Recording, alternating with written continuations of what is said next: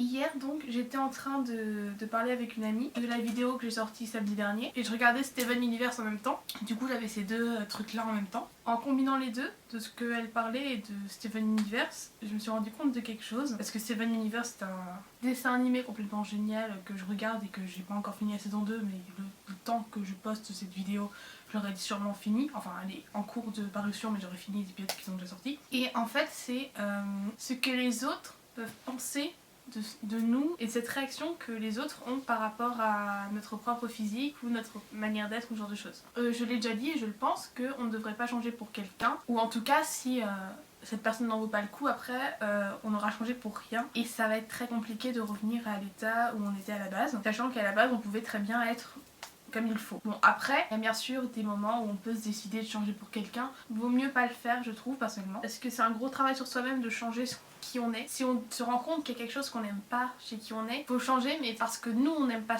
cette partie de nous. Faut pas le changer parce que les autres te disent de le changer. Et en fait, je parlais avec cette pote justement du fait que certaines personnes parfois vous font des réflexions sur votre physique ou sur votre manière d'être et après vous avez un complexe par rapport au fait que vous ayez ça ou ça. On vous dit que vous êtes trop grosse, que faut pas avoir ça, qu'il faut pas faire ci, alors qu'avant vous l'aviez même pas remarqué, vous étiez très bien comme vous êtes. Moi personnellement ça m'est arrivé. Quand j'étais petite. On m'a fait une seule fois de toute ma vie la réflexion, mais depuis je fais super attention à ça et ça... J'essaye de vraiment bosser là-dessus, même sur moi-même, j'essaie vraiment de bosser pour m'accepter comme je suis et parce que je sais que j'ai pas besoin de changer ou quoi que ce soit, donc j'essaie de vraiment m'accepter, mais à cause de réflexions qu'on a pu me faire c'est compliqué. Et je me souviens, et je pense que je me souviendrai presque peut-être toute ma vie parce que c'est un truc qui m'a un peu traumatisée. Quand j'étais petite, je crois que c'était en CM1, ouais c'était en CM1, on m'a fait une seule fois la réflexion. Personne d'autre m'a fait la réflexion de ma vie je crois, dans ce sens-là, dans ce milieu-là, dans le milieu scolaire. On faisait un truc, je crois que c'était genre un jour où on n'avait pas cours et genre du coup on était dans l'école mais on n'avait pas cours, du coup on s'amusait et tout, on courait partout. Et à un moment je faisais un truc, il y a un gamin de la classe dessus parce qu'en fait on avait CM1 et CM2 dans la même classe. Il y a un gamin de CM2 qui m'a regardé, on m'avait jamais fait la réflexion, il m'avait jamais fait la réflexion, il m'a regardé, il a regardé mon ventre, il a fait « Et regardez tout le monde, Emma elle est enceinte !» Et tout le monde a rigolé. Et je crois que c'est la seule réflexion qu'on a pu faire sur mon poids ou mon apparence physique réellement qui m'a choquée. J'ai beaucoup de chance à ce niveau-là, c'est-à-dire que j'ai jamais eu de problème avec des gens qui genre harcelaient ou quoi que ce soit par rapport à mon physique. On m'a toujours laissé tranquille, j'ai jamais eu de problème par rapport à ça. Et même on m'a jamais fait réellement des réflexions à part ce moment-là. Quand j'étais petite, j'étais très naïve et très renfermée sur moi-même et très toute douce, toute gentille, toute kawaii quoi. Genre j'étais la gamine qui portait que du rose. Cette réflexion là, ça m'a bloquée. Mais je me souviens avoir bugué, m'être posé la question de mais pourquoi il dit ça, mais je suis pas grosse, mais pourquoi, mais mon ventre il est, mais quoi. Et je comprenais pas pourquoi il m'avait fait ça et je trouvais que c'était très... Sur le coup j'ai rigolé avec les autres parce que j'avais pas envie de partir en chialant. Mais ça m'a beaucoup marqué et je m'en souviens encore aujourd'hui, c'est pour dire. Et en plus je sais même pas pourquoi ce gosse là m'a fait cette réflexion là hein. Parce que ce gosse là en plus était plutôt intelligent quoi, il était gentil en plus. Il n'a jamais reçu ce genre de commentaires après, c'est-à-dire qu'on m'a plus jamais redit fait de commentaires par rapport au fait que j'étais grosse ou quoi, parce que je ne suis pas grosse. Mais ce commentaire-là m'a vraiment marqué, m'a vraiment frappée. Et depuis ce moment-là, au début de mon collège surtout, j'étais vraiment mal dans ma peau parce que je me trouvais grosse et je trouvais que ça allait pas chez moi. Et que j'ai jamais eu de problème de nutrition alimentaire, mais j'étais vraiment pas bien à ce moment-là parce que je trouvais que rien m'allait. Et pendant ma période de 6ème, j'ai eu un gros moment garçon manqué où en fait je m'habillais un peu comme à la primaire mais en m'en foutant vraiment. C'est-à-dire que genre, je mettais des leggings et des t-shirts, j'en avais rien à foutre de ce qu'il y avait dessus, j'avais pas de style, c'était juste je mettais ce que j'avais envie de mettre. Et j'étais plutôt agressive je trouve maintenant que je regarde et pas drôle. Et le mois de 6ème, 5ème c'est pas le mois que je préfère. Et pendant cette période là, vraiment j'étais très agressive. Comme c'est à ce moment là qu'on commence à être dans l'adolescence, je pense que c'est ce moment là qui a dû me revenir et qui a fait que je m'étais pas bien dans ma peau. Et que j'avais besoin de sortir justement ce sentiment là et être plus dans tout ce qui est rage et tout. Parce que maintenant que je reviens sur certains trucs dans ma tête, je me dis mais qu'est-ce que j'étais conne de réagir comme ça, il n'y avait pas besoin de réagir comme ça. Ok j'étais énervée mais c'était pas la peine de frapper ou ce genre de choses. Ensuite je me suis rendu compte que ça servait à rien et j'ai été juste mal dans ma peau mais sans l'exprimer au travers. Ça je pense que c'est surtout la 4ème. Un peu la 3ème, j'étais pas très bien en 3ème parce que je me cherchais. Et après la seconde, la première ça va. Mais du coup cette remarque de ce gosse là a eu un impact vraiment vraiment gros sur moi dans les années qui ont suivi. Et c'est impressionnant comme l'impact peut te faire changer toute ta perception du monde. C'est-à-dire qu'à l'époque, quand j'étais en CM1, je me trouvais pas grosse, enfin je me trouvais gamine quoi, tu vois, quand t'es gamine, t'en as rien à foutre de ce à quoi tu ressembles. Et juste ce gosse, avoir fait cette réflexion sur moi, ça m'a mis tellement mal qu'après, quoi que je portais, j'ai eu peur qu'on voyait que le machin avait ça et ça. Bon après j'ai grandi, du coup forcément ça s'est réparti et je sais vraiment ce que ça veut dire le mot gros maintenant, je suis pas grosse. On est uniquement trop gros au moment où notre corps est affecté par le fait d'être gros. C'est-à-dire quand on est en obésité morbide. Et si notre corps n'a pas de problème, qu'on est bien dans notre peau avec tel ou tel poids, y a pas de problème normalement. C'est-à-dire que même si vous avez un peu de ventre, tant que ce ventre-là ne vous empêche pas de vivre et ne vous fait rien, y a pas de problème. C'est pareil, on n'est pas trop fin à partir du moment où cette finesse, le fait d'être si fin que ça, n'affecte pas notre santé. Faut arrêter de dire aux gens, et c'est pour ça, c'est le sujet de ma vidéo, c'est faut arrêter de dire aux gens comment être. Faut les laisser être comme eux veulent.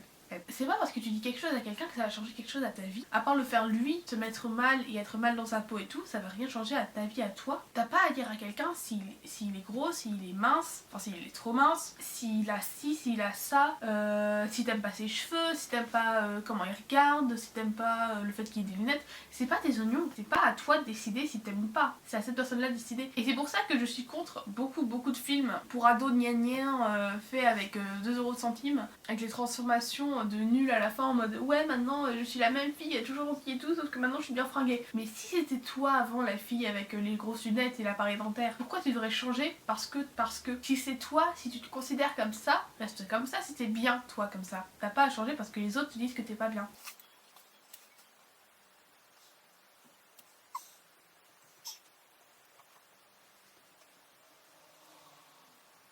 Je vais pas dire que tous mes problèmes par rapport à moi-même, à mon corps et à ce dont je ressemble viennent de ce gamin qui m'a dit que j'étais trop grosse, enfin que j'avais l'air d'être enceinte. Ce serait stupide, ce gamin a juste dit un commentaire. On va dire que ça a aidé à ce que je me sente pas bien.